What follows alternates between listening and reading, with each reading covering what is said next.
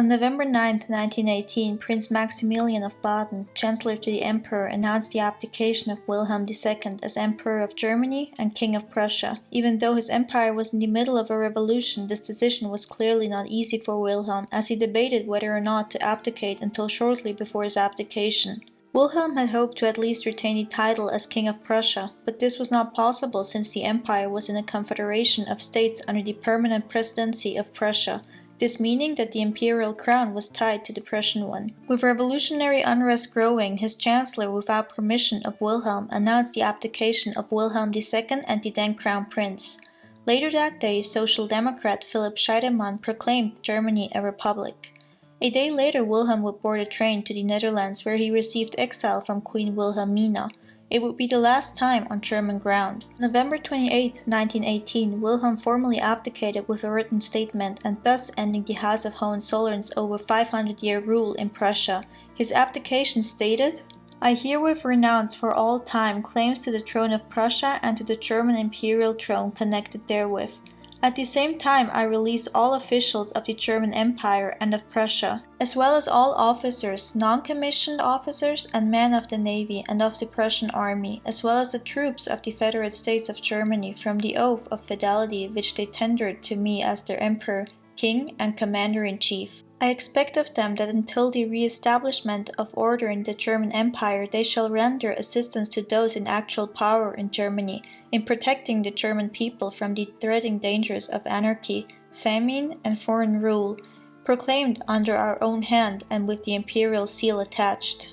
In early 1919, prosecution for Wilhelm was provided for a supreme offense against the international morality and the sanctities of treaties. However, Queen Wilhelmina and the Dutch government refused all requests to extradite him. Wilhelm was called the greatest criminal in history by his own cousin, King George V of the UK. US President Woodrow Wilson also opposed an extradition, arguing that would destabilize the international order and peace. After living in the Dutch village of Amerongen, Wilhelm moved to the nearby town of Doorn, where he would live until his death.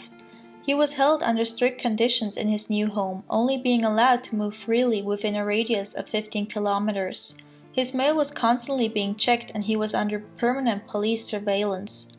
Wilhelm published his first volume of memoirs in 1922, explaining that he was not guilty of initiating war. He further developed a big interest for archaeology and learned the Dutch language in his spare time, of which he had a lot.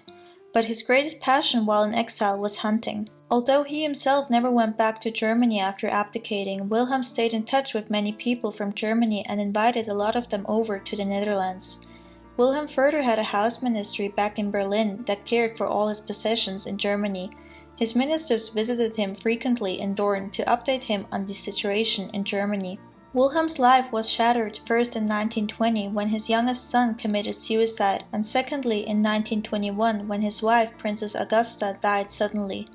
However, he recovered from his losses and married for a second time in 1922, this time to Princess Hermine Reuss. Hermine actively petitioned Adolf Hitler in early 1930 to restore the monarchy. Wilhelm firstly also hoped for a restoration of the monarchy with his eldest grandson as new Kaiser. However, Adolf Hitler himself was a veteran of the German Imperial Army during the First World War and felt nothing but contempt for the man he blamed for Germany's greatest defeat. Wilhelm grew to despise the Nazis and especially Adolf Hitler and was shocked by the aggressive tactics. After hearing of the murder of the wife of the former Chancellor Kurt Schleicher by the Nazis, Wilhelm stated, "We have ceased to live under the rule of law, and everyone must be prepared for the possibility that the Nazis will push their way in and put them up against the wall." It happened to come that in 1938, Wilhelm's first son, August Wilhelm, became an active supporter of the Nazis and agreed on the Jewish pogroms. For the first time, Wilhelm stated that he was ashamed to be German. After German success at the beginning of World War II, Wilhelm's view on Hitler shifted. He congratulated the new ruler on many occasions and admired the German victories.